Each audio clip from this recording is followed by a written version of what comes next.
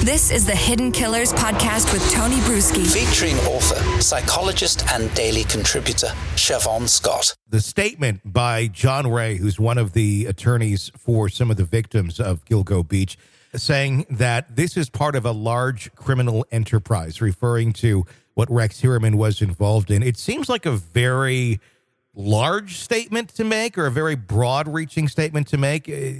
Is there evidence to that? Is there something that points to this being more than just what would one call a John that's out there and frequenting sex workers on a regular basis? Is there any reason to think that Heuermann might be part of something bigger? You know, that struck me as in the bizarre category. And, again, serious case, possible death penalty. It strikes me as desperate and throwing out anything to try to deflect the focus from him. It doesn't make any sense.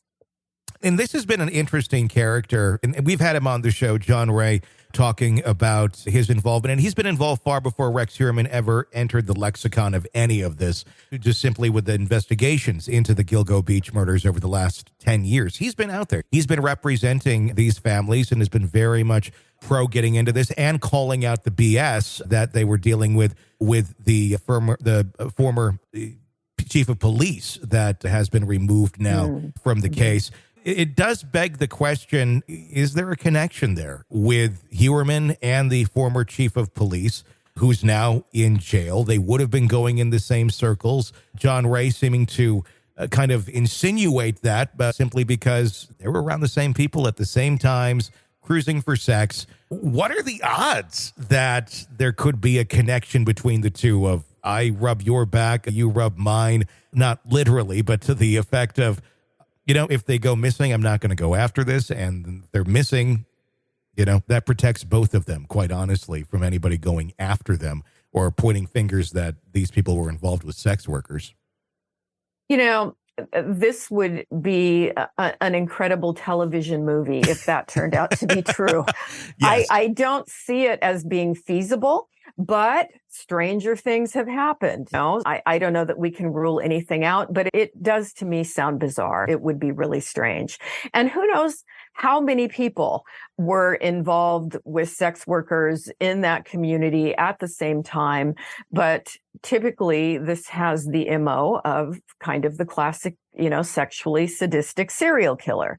So generally you don't see that kind of collusion. I don't know that we've ever seen that kind of collusion before. So it really would put it in a unique category. There's been a lot of observations, criticism, including from me, about how Asa Elrip has been handling everything. And that's, there's no right or wrong. Everybody deals with this very differently. So I can't say I've always been on base with some of that. But at the same point, is there a right or wrong way to deal with what is going on in her life right now? Her husband accused of these horrendous crimes.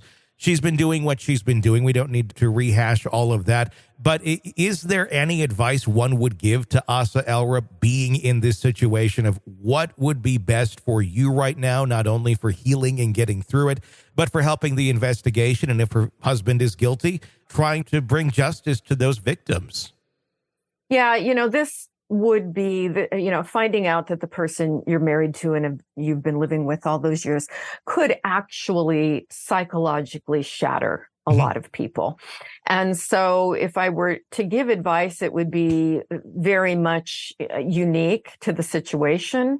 She's got the kids. One of them has some developmental delays. So there are just so many variables and so many difficult factors. The only generic advice I would give is to have as much support as you possibly can. And I don't know what all her resources are for that.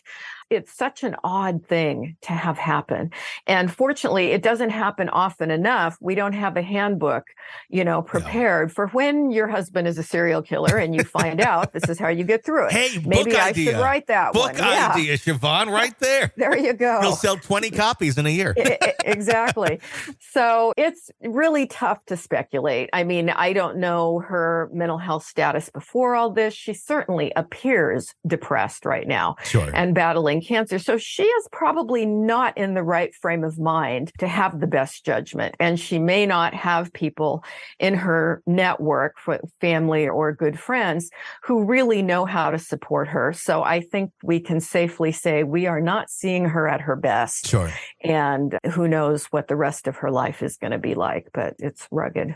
This is the Hidden Killers Podcast. Want more? Start binging on all of our true crime podcasts right now through Apple Podcasts and get an ad-free experience when you sign up to be a True Crime Today Premium Plus member exclusively on Apple Podcasts. More of the Hidden Killers Podcast dropping soon. Press subscribe now.